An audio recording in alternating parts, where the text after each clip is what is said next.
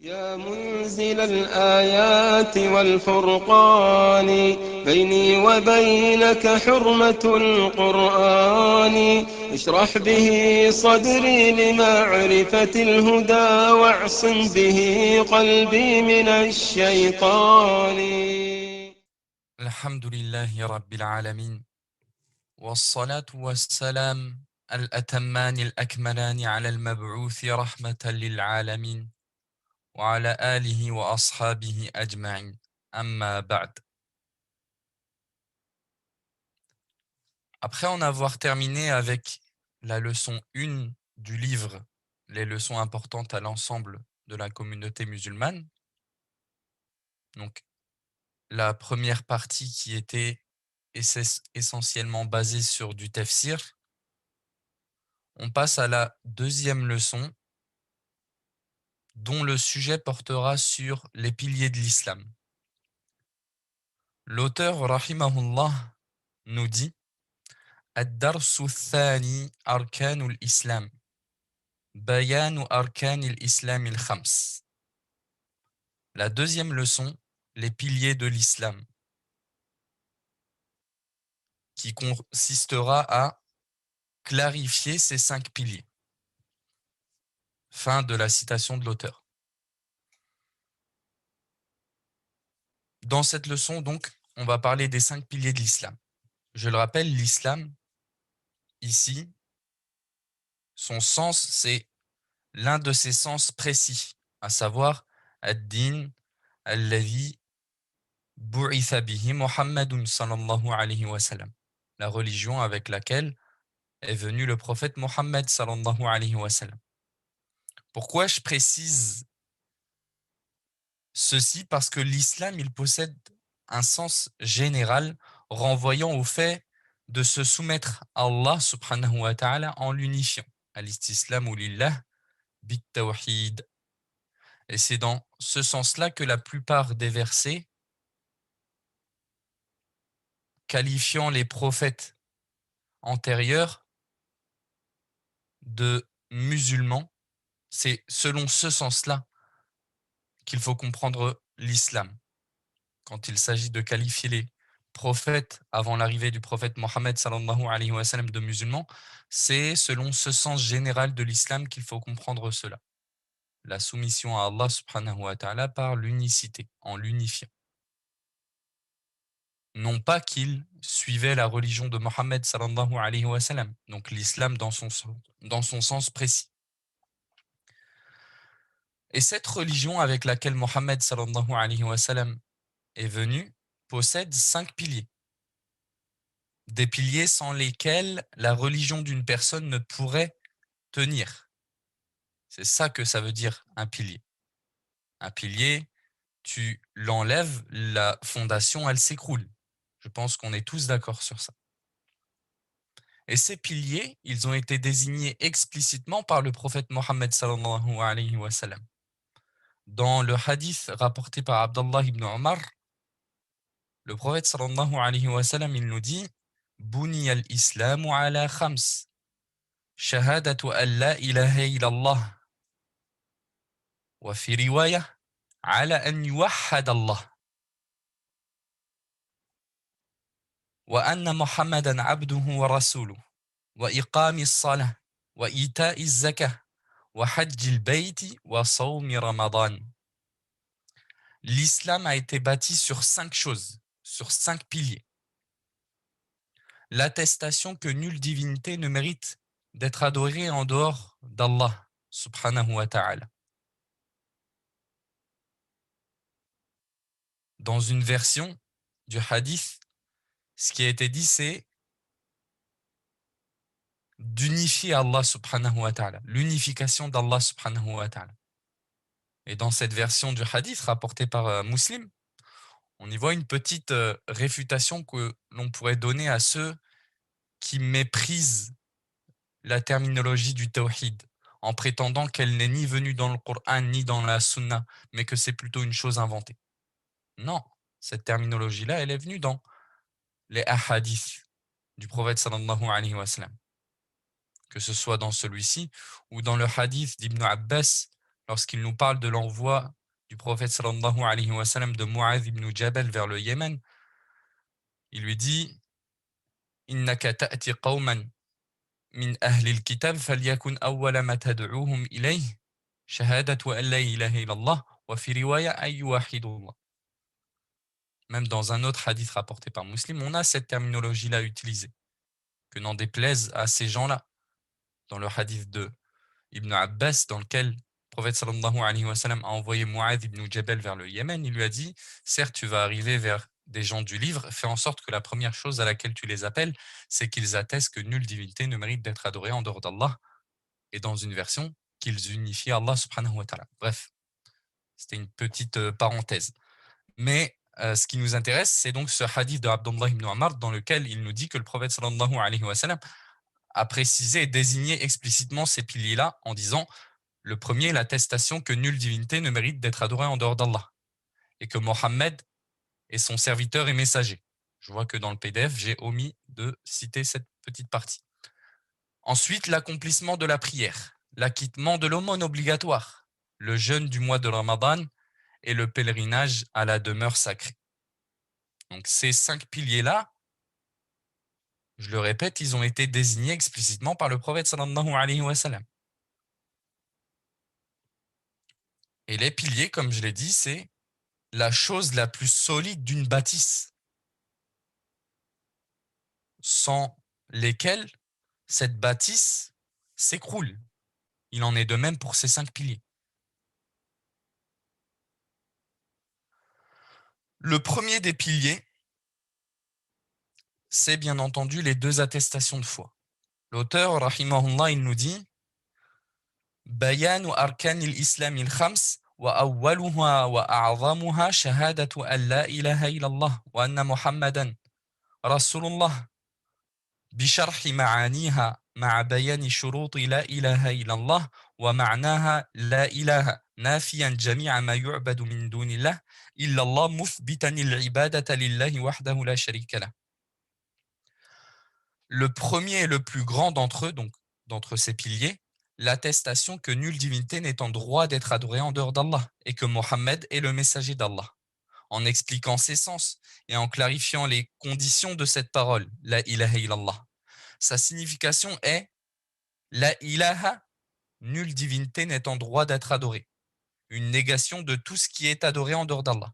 Illallah, en dehors d'Allah, c'est une affirmation attribuant l'adoration, le droit exclusif de l'adoration à Allah subhanahu wa ta'ala, sans associé. Fin de citation de l'auteur. Donc, bien entendu, on va commencer avec le pilier, le premier, les 2 attestations de foi. C'est le pilier le plus important des 5, comme vous le savez. D'où le fait qu'il fut cité en premier d'ailleurs, avant les 4 autres. Les deux attestations, donc on comprend qu'il y en a 2 en réalité. Celle renvoyant et attribuant l'unicité à Allah subhanahu wa ta'ala et celle concernant le prophète Mohammed sallallahu alayhi wa sallam lui attribuant la prophétie. Ces 2 attestations représentent, encore une fois, le pilier le plus important de l'islam, sa colonne la plus importante. Plus encore, ce sont les bases de la religion et des autres piliers sans laquelle tout le reste n'est pas valide. Ces 2 attestations sont la base des autres bases, si vous préférez. La prière, c'est un pilier. Le jeûne, c'est un pilier. Le hajj, c'est un pilier. Mais toutes ces adorations-là, elles ne seraient valides sans cette première chose-là qui est l'attestation. D'où le fait que toutes les adorations du mécréant, donc de la personne qui n'est pas musulmane, sont refusées et nulles. Et c'est d'ailleurs par cette parole que la personne rentre dans l'islam. La première de ces 2 attestations, on va se concentrer aujourd'hui sur la première partie, donc celle concernant Allah subhanahu wa ta'ala, et lui attribuant l'exclusivité de l'adoration. Cette première attestation, c'est la parole du tawhid, de l'unicité d'Allah subhanahu wa ta'ala, qui affirme l'exclusivité de l'adoration à Allah.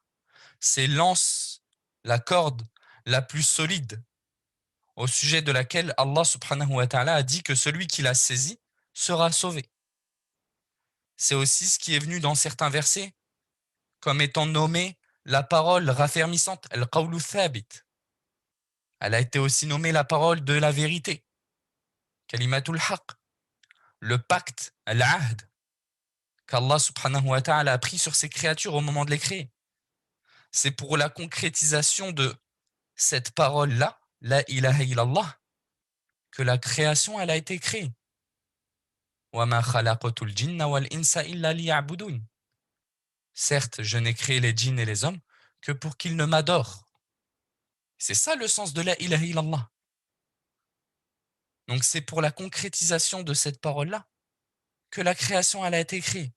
C'est pour ce que comporte cette parole-là que les messagers ils ont été envoyés.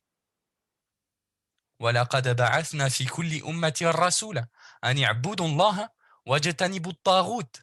Certes, nous avons envoyé dans chaque communauté un messager afin qu'il leur dise « Adorez Allah et écartez-vous de tout ce qui est adoré en dehors de lui ».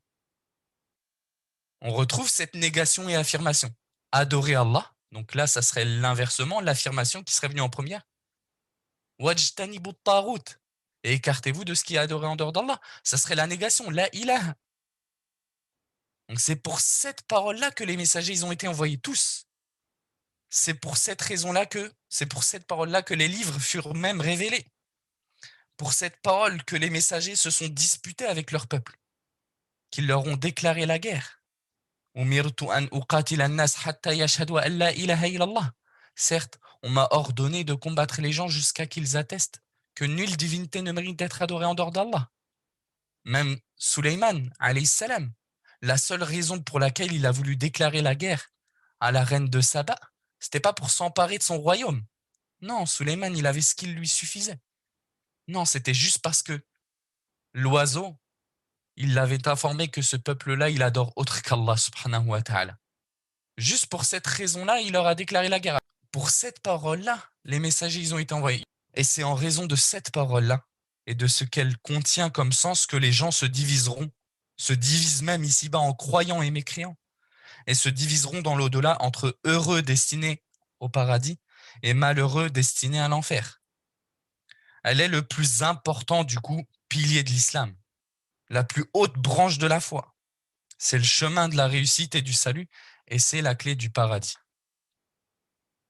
Donc c'est au sujet de cette attestation-là et de ce qu'elle contient comme sens que les gens, les premiers et les derniers, seront interrogés le jour du jugement. Et cette parole-là, elle a énormément de mérite.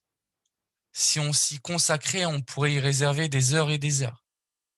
On pourrait écrire à ce sujet-là des pages et des pages, des livres et des livres. Même certains l'ont fait en réalité, comme Ibn Rajab, rahimahullah.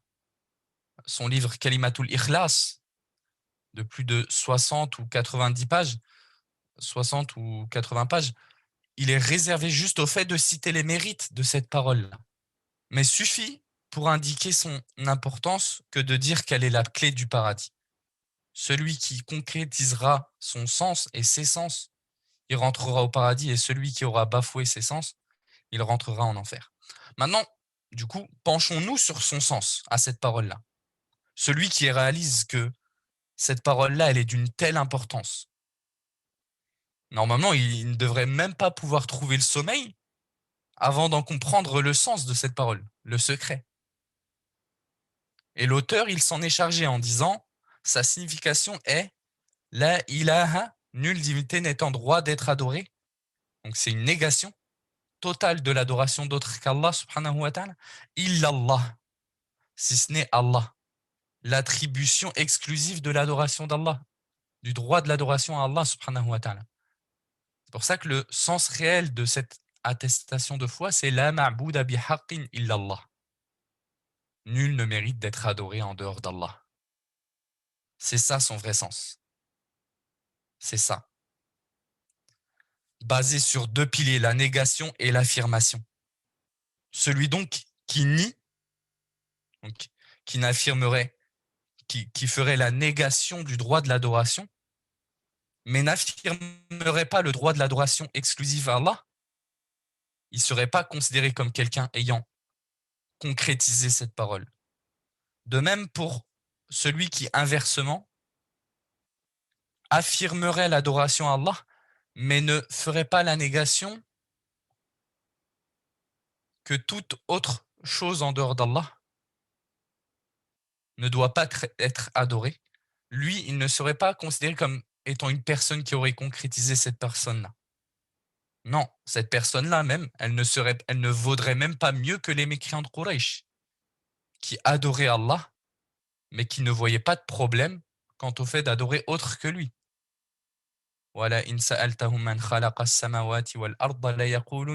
Et si tu les interrogeais, qui a créé les cieux et la terre, ils te diraient c'est Allah.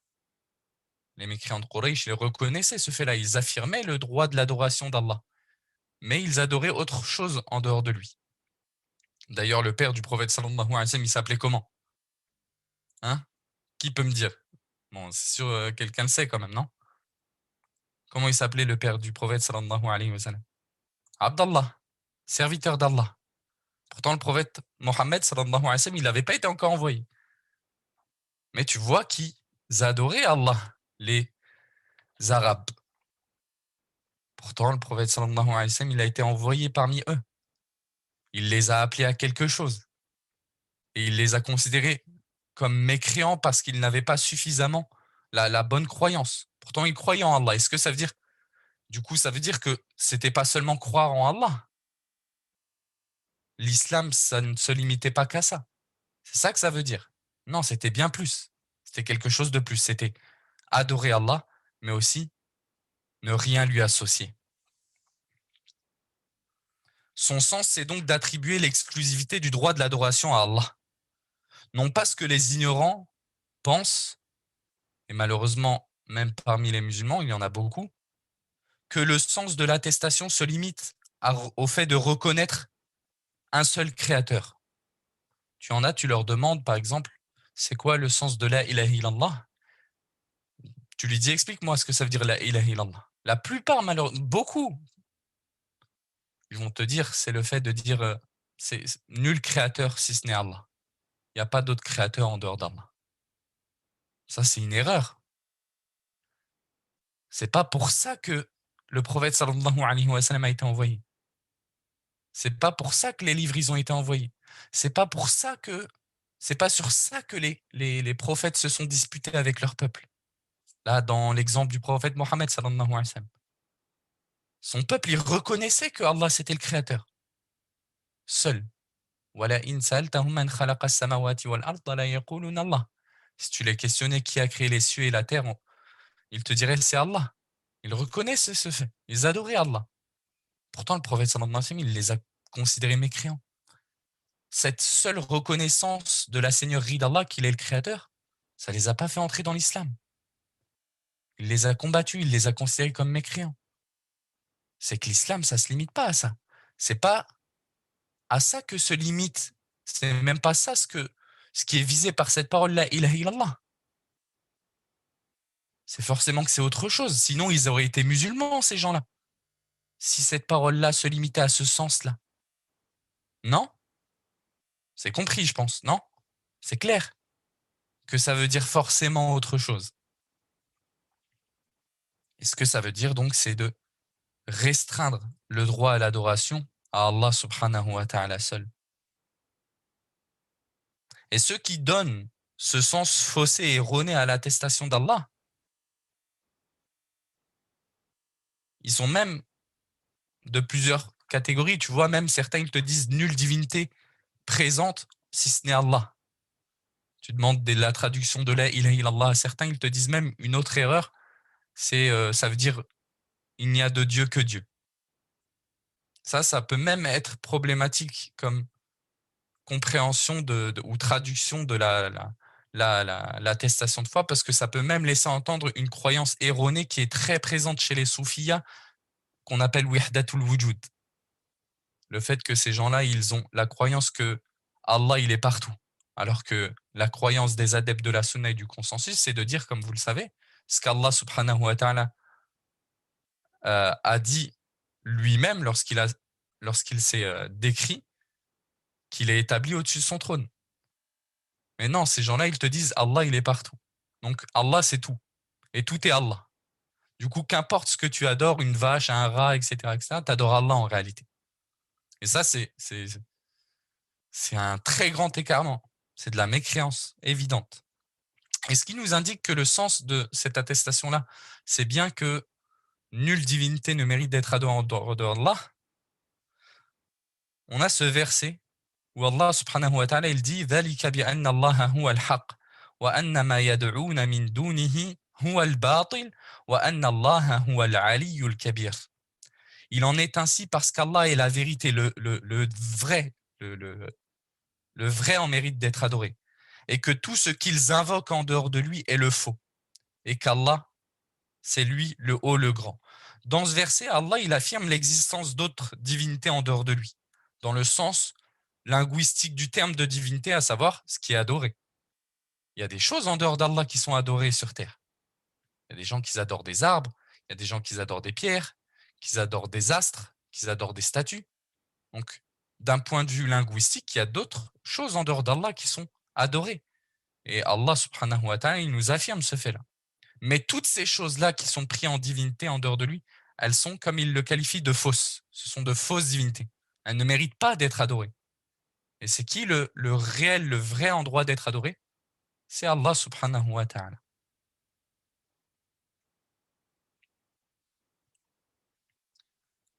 On s'attaque maintenant aux conditions de cette attestation de foi. Nulle divinité ne mérite d'être adorée en dehors d'Allah.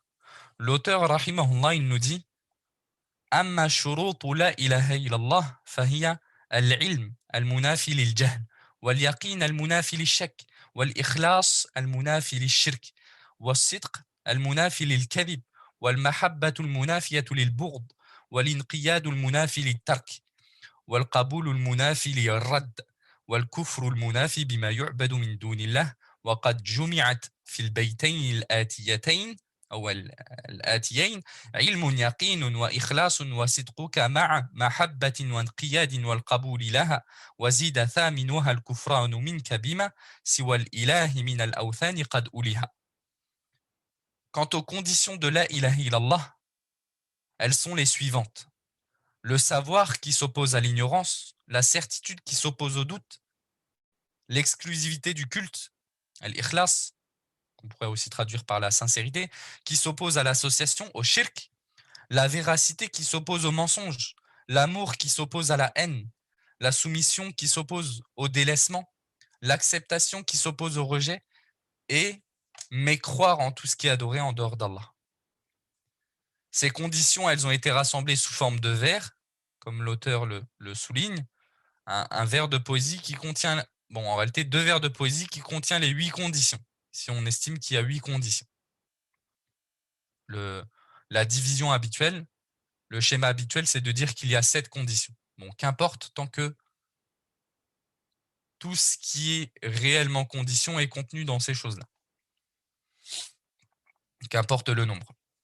Donc ça peut être intéressant pour ceux qui ont la langue arabe que de mémoriser ce vers de poésie. C'est très important même. Après, il y a les vers de poésie du Hafidh al-Hakami qui sont peut-être, il y en a un peu plus, mais ils sont plus précis. وبشروط سبعة قد قيدت وفي نصوص الوحي حقا وردت فإنه لم ينتفع قائلها بالنطق إلا حيث يستكملها والعلم واليقين والقبول والانقياد فادر ما أقول والصدق والإخلاص والمحبة وفقك الله لما أحب. Bon bref, la première condition, bon d'abord, du coup, après qu'on ait précisé tout à l'heure que cette parole c'est la clé du paradis, il est important de savoir que ce n'est pas toute personne qui prononce cette parole-là qui accédera au paradis. Il faut absolument réunir des conditions. Il ne suffit pas simplement de la réciter pour être des gens qui bénéficieront de ses mérites et de ses avantages. Sinon, ce serait trop facile. Tout le monde dirait ça et accéderait au paradis. Non, c'est pas si simple que ça. Cette parole-là, elle est la clé du paradis, comme on le dit, effectivement. Mais chaque clé, elle a ses dents. Et ces conditions que l'on va citer et expliquer, elles sont à l'image des dents d'une clé. D'ailleurs, cette comparaison, cette métaphore, on la doit à Wahb ibn Munabbi, mort en 114 de l'Hégire, qui fut questionné, comme le rapporte Al-Bukhari dans son recueil authentique, mais sous forme de ce qu'on appelle, comment traduire ça, c'est Rawahu yani bisirat ta'liq. Donc il l'a rapporté d'une certaine façon, l'imam Al-Bukhari dans son recueil authentique, qui n'est pas sous ses conditions habituelles. Bon, d'ailleurs, ici, il ne s'agit même pas d'un hadith, c'est ce qu'on appelle dans la science du hadith un athar, un récit d'un suiveur. Pour ceux qui assisteront peut-être au cours que l'on va commencer mercredi dans les sciences du hadith, on aura l'occasion d'apprendre ces différentes terminologies, etc., etc.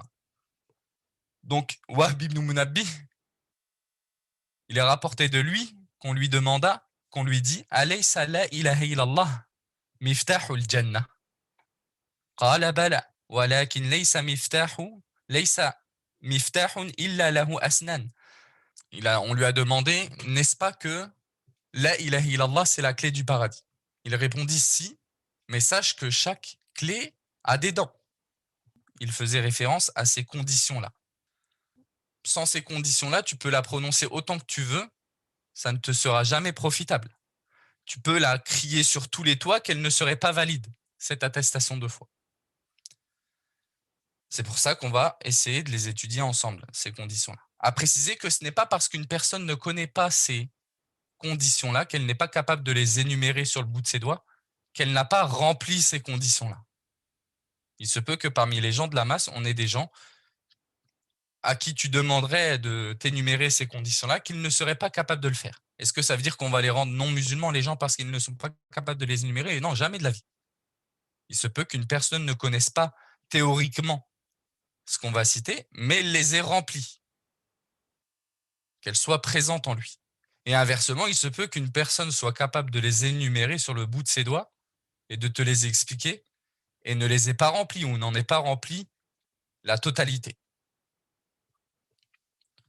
Première condition, al-ilm al-munafi lil-jahl, la science qui s'oppose à l'ignorance.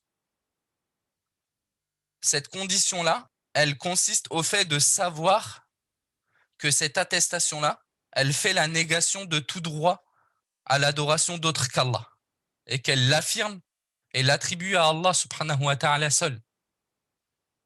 Donc toute personne qui prononce cette attestation de foi, il doit savoir, il doit connaître le sens de cette attestation-là. Il ne doit pas l'ignorer. Il ne doit pas ignorer ce que contient cette attestation comme science et ce qu'elle implique. C'est pour ça qu'Allah subhanahu wa ta'ala il dit dans le Coran fa'alam annahu la ilaha illallah. Sache, on a un ordre ici, fa'alam, sache que nul ne mérite d'être adoré en dehors d'Allah. C'est une preuve du Coran qu'il faut savoir. Allah subhanahu wa ta'ala il nous ordonne de savoir. Donc d'avoir la connaissance de ce qu'implique cette parole. Et le prophète sallallahu alayhi wa sallam, il nous souligne aussi cette condition-là lorsqu'il nous dit Man mata wa huwa ya'lam annahu la ilaha illallah dakhala al-jannah. Celui qui meurt tout en sachant que nulle divinité ne mérite d'être adoré en dehors d'Allah entrera au paradis. Il a donc conditionné ici la science, la connaissance du sens de cette attestation et de ce qu'elle implique. Celui qui la prononce donc sans comprendre son sens, comment va-t-il faire la négation qui a été faite dans cette attestation de foi? Comment il va faire la négation du droit de l'adoration de toute autre chose en dehors d'Allah? Et comment il va affirmer ce qui a été affirmé, à savoir le droit exclusif de l'adoration à Allah subhanahu wa ta'ala, alors qu'il ne comprend pas le sens de cette parole-là? Et comment même va-t-il agir en conséquence de cette parole, selon ce qu'elle implique, alors qu'il ne sait même pas ce qu'elle veut dire? C'est pour ça que la première condition de cette attestation de foi, c'est de comprendre, d'avoir la science de son sens et de ce qu'elle implique. Imaginons une personne qui la prononce sans savoir ce qu'elle veut dire, c'est pas valide. C'est pas valide. D'où le fait que beaucoup de personnes aujourd'hui, ils la prononcent, cette parole-là, sans comprendre ce qu'elle contient, comme droit exclusif de l'adoration d'Allah subhanahu wa ta'ala, et comme désaveu de l'association et de ses partisans, par exemple, contenu dans la négation. Tu vois des gens, ils attestent jour et nuit, Ils prononcent cette attestation jour et nuit, et pourtant tu les vois adorer autre qu'Allah, subhanahu wa ta'ala. C'est forcément qu'ils n'ont pas compris le sens de cette attestation-là. Donc, s'ils avaient eu connaissance de ce qu'elle impliquait, soit ils se seraient refusés de la prononcer, à l'instar de ce qu'ont fait les mécréants de Quraysh, lorsque le prophète sallallahu alayhi wa sallam, il les appelait à cette parole-là. Ils ont dit Aja'ala al-alihata ilaha wahida. Inna hadha la shay'un ujab. Réduira-t-il les divinités à une seule? Voilà une chose étonnante. Donc eux, ils se sont refusés de prononcer cette attestation, les kuffars de Quraysh, les mécréants de Quraysh, parce qu'ils savaient ce qu'elle impliquait, ce qu'elle signifiait. Tu as des gens aujourd'hui qui rentrent dans l'islam et qui associent autre qu'Allah. Ça veut dire qu'il a forcément pas compris ce que ça voulait dire. Sinon, il serait soit pas entré dans l'islam, soit il se serait conformé à ce qui lui est demandé. Donc eux, ils ont compris. Subhanallah. Tu vois, ces mécréants de Quraysh, dans la compréhension de cette attestation, ils ont été meilleurs que certaines personnes s'affiliant à l'islam aujourd'hui. Et ça, c'est regrettable. Ça, c'est très regrettable. Donc ce qui est étonnant, c'est justement de constater que des ignorants parmi les mécréants, ils avaient compris ça. Alors que tu vois, des gens prétendent l'islam aujourd'hui, ne même pas comprendre ce que ces mécréants ont compris. Ne pas comprendre que cette parole ne se résume pas qu'à la seigneurie d'Allah subhanahu wa ta'ala.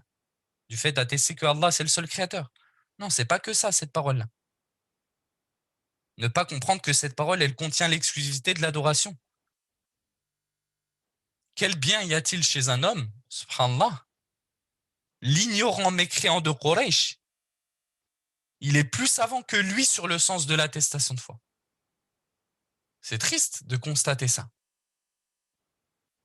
Deuxième condition, la certitude qui s'oppose au doute. Al-yaqin al-munafi li-shak. Que la personne dise cette parole en étant certain de ce qu'elle implique. Fermement certaine. La foi n'est concrète que par la certitude. La conjecture, la supposition approximative ne suffit pas dans la foi. Il faut avoir la certitude.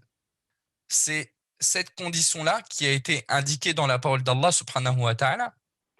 Innamal mu'minuna alladhina amanu billahi wa rasulihi thumma lam yartabu. Les vrais croyants sont seulement ceux qui croient en Allah et en son messager et qui par la suite ne doutent point.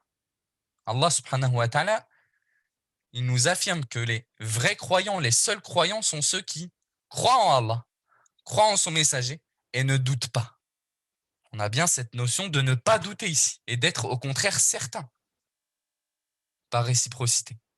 Dans ce verset, j'aime aussi souligner qu'on a une preuve de la mécréance de toute personne qui n'a pas pour religion l'islam dans son sens précis. La religion avec laquelle le prophète Mohammed sallallahu alayhi wa sallam a été envoyé. Pourquoi j'aime bien préciser ça? Parce que, comme vous le voyez de nos jours, beaucoup de pseudo-imams égarés, égareurs, viennent essayer de vous justifier que non, c'est pas forcément toute personne qui n'est pas musulmane qui est mécréante, etc., etc. Tout ça par complaisance envers les mécréants, etc.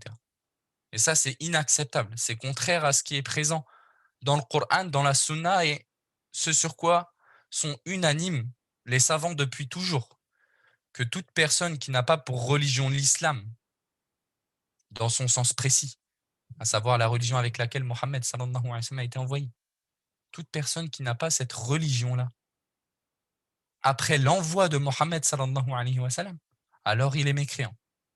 Et tout ce qu'il fait est batil, n'est pas accepté, est nul.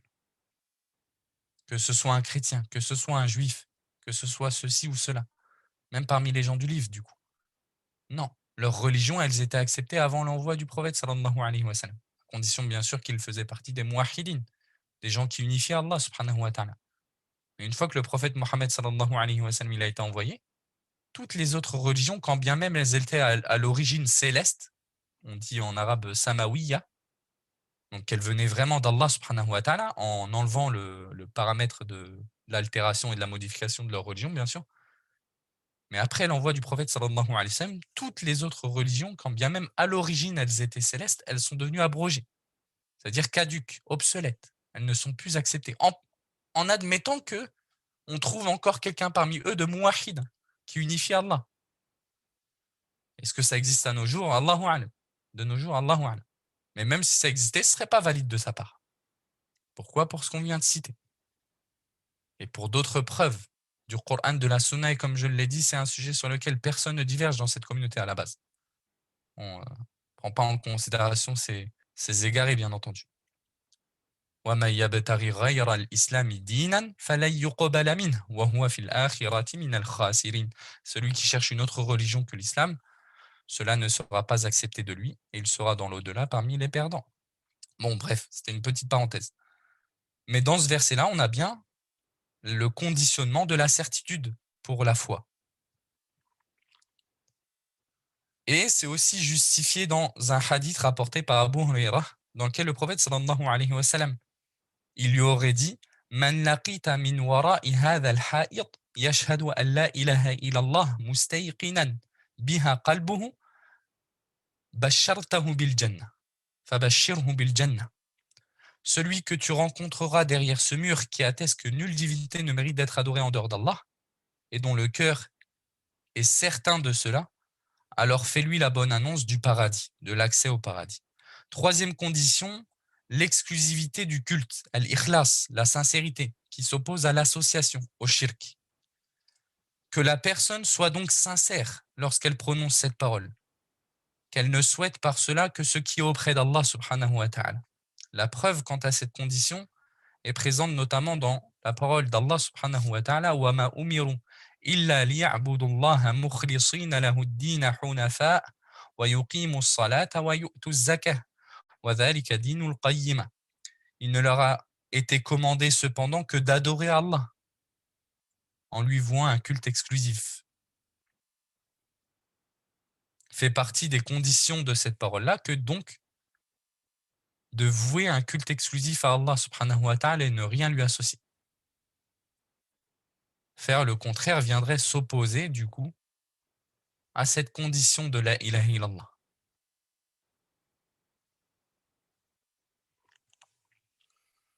Si l'on place donc avec Allah autre que lui dans l'adoration, qu'on lui donne un associé dans l'adoration, qu'on adore autre qu'Allah, cette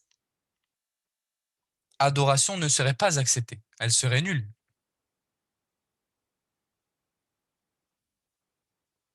D'ailleurs, le prophète sallallahu alayhi wa sallam nous en fait référence dans un hadith dans lequel il nous dit qu'Allah subhanahu wa ta'ala a dit: Ana aghna shuraka yani shirk faman amila amalan ashraka fihi ma'i ghayri taraktuhu wa shirkahu. Donc un hadith dans lequel le prophète sallallahu alayhi wa sallam il nous dit que Allah subhanahu wa ta'ala a dit: je suis celui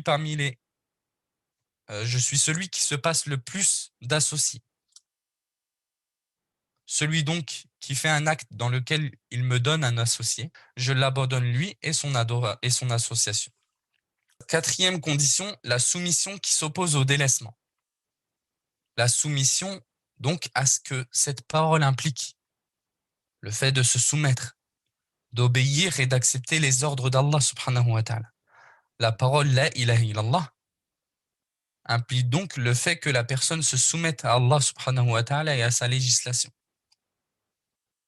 Et Allah subhanahu wa ta'ala, il fait référence dans sa parole: وَمَنْ يُسْلِمْ وَجْهَهُ إِلَى اللَّهِ وَهُوَ مُحْسِنٌ فَقَدِ اسْتَمْسَكَ بِالْعُرْوَةِ الْوُثْقَى. Celui qui soumet son être à Allah en étant bienfaisant, il se sera saisi de l'anse la plus solide.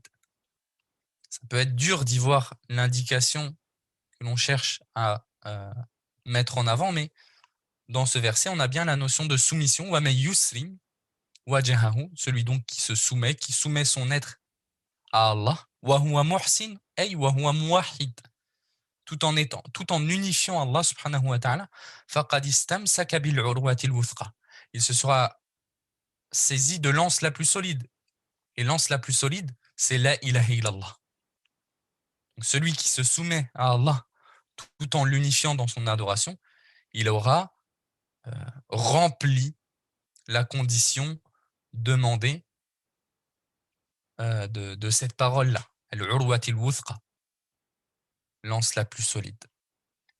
Sous-entendu, celui qui ne se sera pas soumis ne sera donc pas des muwahhidin, de ceux qui unifient Allah subhanahu wa ta'ala, et ne se sera pas saisi de l'anse la plus solide, qu'est cette parole la ilaha illallah. On a aussi une autre indication de cette condition dans la parole d'Allah subhanahu wa ta'ala, فَلَا وَرَبِّكَ لَا يُؤْمِنُونَ حَتَّى يُحَكِّمُوكَ فِيمَا شَجَرَ بَيْنَهُمْ ثُمَّ لَا يَجِدُوا فِي أَنفُسِهِمْ حَرَجًا مِمَّا قَضَيْتَ وَيُسَلِّمُوا تَسْلِيمًا. Non, par ton Seigneur, ils ne seront pas véritablement croyants tant qu'ils ne t'auront pas pris comme arbitre, comme juge dans leurs disputes, et qu'ils n'auront éprouvé aucune gêne pour ce que tu as décidé, et qu'ils se soumettent pleinement à ta sentence. Donc ils ne seront de véritables croyants que lorsqu'ils se seront soumis pleinement à ta sentence qui revient à la religion du prophète sallallahu alayhi wa sallam avec laquelle il fut envoyé, qui est synonyme de cette législation d'Allah subhanahu wa ta'ala. Donc la personne ne sera véritablement croyant que lorsqu'elle se soumettra à cette législation d'Allah subhanahu wa ta'ala. Et là, on ne parle pas du fait de tout forcément mettre en application, hein. Bien entendu, toute personne a des manquements, mais ce n'est pas tout manquement qui implique un rejet. À des gens, tu leur demandes, par exemple, pourquoi tu pries pas, il te dit qu'Allah me guide. Bon, un peu de divergence quant à la personne qui prie pas, mais admettons qu'on prenne un autre exemple. Pourquoi tu ne laisses pas pousser ta barbe? Il te dit ouais, qu'Allah me guide. Lui, il l'a pas rejeté, cette législation qu'est la barbe. Il a des manquements et il méritera un châtiment selon ses manquements. Ou une sœur, tu lui demandes pourquoi elle ne se voile pas, elle dit ouais, qu'Allah me guide. Elle n'a pas rejeté. Elle peut accepter, ça ne veut pas dire qu'elle met tout en application. Mais tu as des gens où tu lui demandes par exemple, et c'est très présent de nos jours, pourquoi tu portes pas le voile, ma sœur? Elle te dit le voile, c'est pas obligatoire. Laisse-moi tranquille avec ça. Elle rejette par exemple. Ou un homme, il rejette la barbe. Laisse-moi avec tes trucs de gens sales, de barbares, etc. etc. Ça, c'est un rejet. Et on craint pour cette personne même qu'elle tombe dans des annulatifs de l'islam, comme on l'avait indiqué dans notre explication des annulatifs de l'islam. Man abrada shay'an mimma ja'a bihi ar-rasul walau amila bihi fahuwa kafir. Celui qui déteste une chose avec laquelle le prophète sallallahu alayhi wa sallam est venu, donc avec une chose de cette législation, même s'il la met en application, il est tombé dans de la grande mécréance. Bon. On s'étale pas trop sur le sujet. Mais fait partie des conditions du coup de cette parole-là que de se soumettre à ce qu'elle implique, à cette législation-là. Une personne qui viendrait la prononcer en connaissance de cause et qui rejetterait ce qu'implique cette parole-là, donc à savoir suivre cette législation, suivre le prophète sallallahu alayhi wa sallam, suivre le Coran, il n'aurait pas rempli cette condition-là. Il pourrait la prononcer jour et nuit, qu'il n'aurait pas rempli cette condition-là. Et donc qu'elle ne lui profiterait pas, cette parole. 5e condition, la véracité, qui s'oppose au mensonge. Que cette personne prononce cette parole en étant véridique, que sa langue soit en accord avec ce qui est présent en son cœur. Et Allah subhanahu wa ta'ala, il fait mention de cette condition-là lorsqu'il nous dit « Ahasiba an-nas an yutraku an yaqulu amanna wa hum la yuftanun wa laqad fatanna alladhina min qablihim fala ya'lamanna Allahu alladhina sadaqu wa la ya'lamanna al-kadhibin » Les gens pensent-ils que nous les laisserons dire « Nous croyons sans les éprouver » Certes, nous avons éprouvé ceux avant eux. Allah fera apparaître ceux qui sont véridiques et fera apparaître les menteurs. Et les menteurs, il s'agit ici de l'hypocrisie. Une personne prononce cette parole-là, connaisse même son sens, etc., mais soit un menteur ne soit pas véridique dans la prononciation de cette parole-là. Du coup, il ferait partie, ou al-iyadhu billah, des hypocrites. Anas ibn Malik, il nous rapporte que le prophète sallallahu alayhi wa sallam, il a dit Ma min ahadin yashhadu an la ilaha illallah wa anna Muhammadan rasulullah sidqan min qalbihi illa harramahu Allahu ala an-nar. Pas une personne n'atteste que nulle divinité ne mérite d'être adorée en dehors d'Allah en étant véridique en son cœur, si ce n'est qu'Allah l'interdira à l'enfer. On voit donc dans cette parole-là du prophète sallallahu alayhi wa sallam le conditionnement de la véracité du cœur.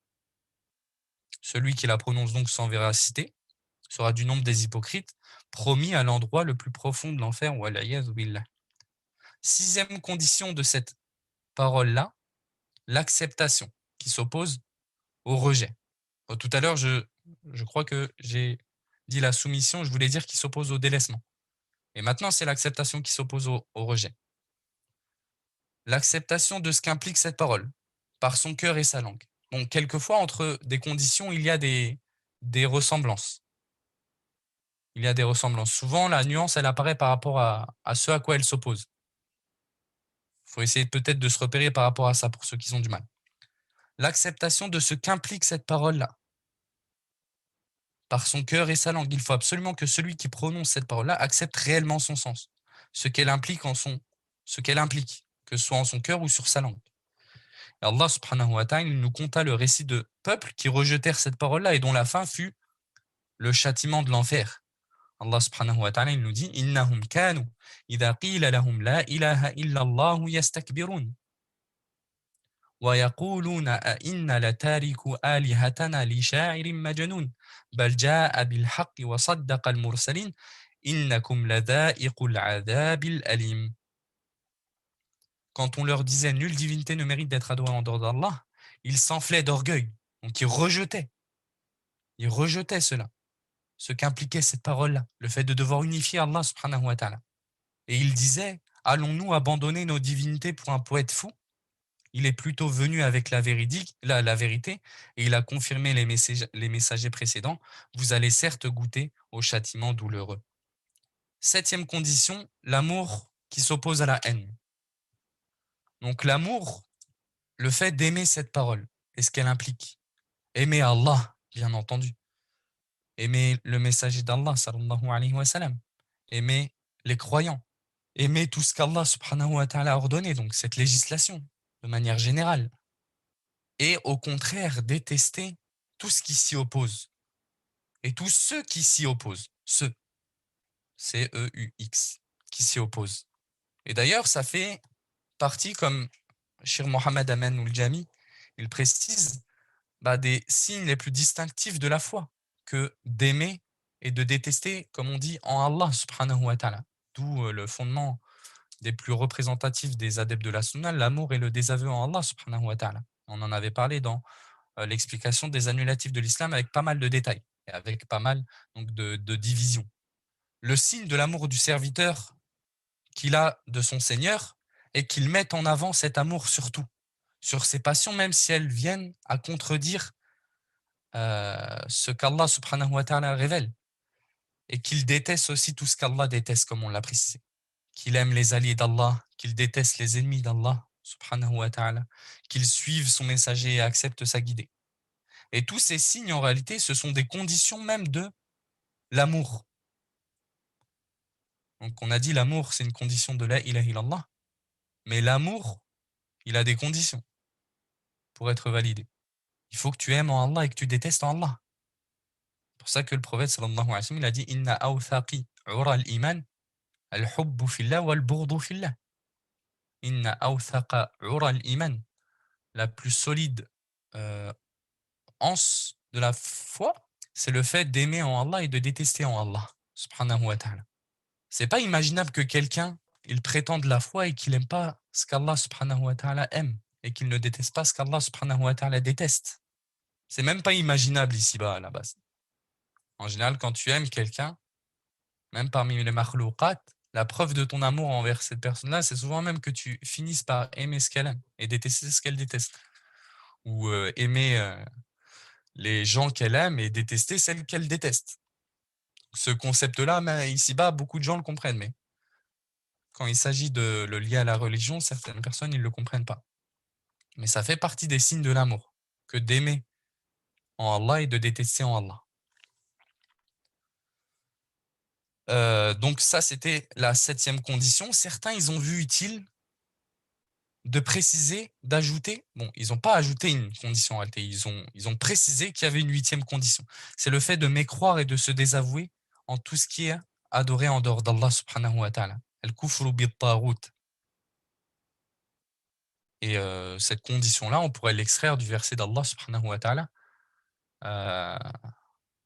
La ikraha fid din, qad tabayyana ar-rushdu min al-ghayy, faman yu'min billah فمن يكفر بالطاغوت ويؤمن بالله فقد استمسك بالعروة الوثقى. Nulle contrainte en religion. La guidée, c'est distinguer. قد تبين الرشد من الغي. La guidée, c'est distinguer de l'égarement.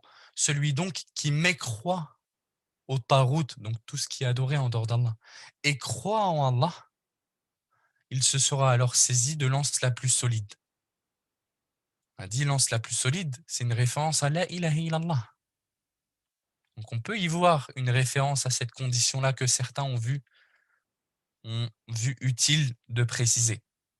Et en effet, la foi d'une personne ne serait valide donc jusqu'à qu'elle mécroit en ce qui est adoré en dehors d'Allah. On a dit que c'était lié à la négation présente dans la ilaha illallah. La ilaha. Nulle divinité ne mérite d'être adorée en dehors d'Allah. Le fait de mécroire en tout ce qui est adoré en dehors d'Allah et de se désavouer de cela. Ça aussi, certaines personnes, elles ne comprennent pas. On doit se désavouer de ça. Il ne suffit pas juste d'adorer Allah et dire moi j'adore Allah, mais je m'en fiche si autre qu'Allah il a adoré. Il y a beaucoup de gens, ils sont comme ça. Je ne suis pas en train de dire que celui qui adore pas Allah, tu dois t'en prendre à lui. Comprenez les nuances. Mais tu dois t'en désavouer. Tu dois détester cela en ton cœur. Je ne suis pas en train de dire que ça implique de la violence physique, hein, vu que c'est d'actualité, ce genre d'accusation, etc. Mais tu te dois de te désavouer de l'adoration d'autres qu'Allah et de détester cela. Tu ne dois pas, comme on a vu en ces fêtes-là, voir des musulmans qui sont à deux doigts d'applaudir les mécréants par rapport aux fêtes de Noël, etc. Certains savants, ils ont expliqué les dangers de ce genre d'agissement-là. Ça serait comme féliciter les gens de se prosterner pour une croix. C'est inimaginable de la part d'un musulman. C'est inimaginable de la part d'une personne qui a prononcé la ilaha illallah d'agir de la sorte.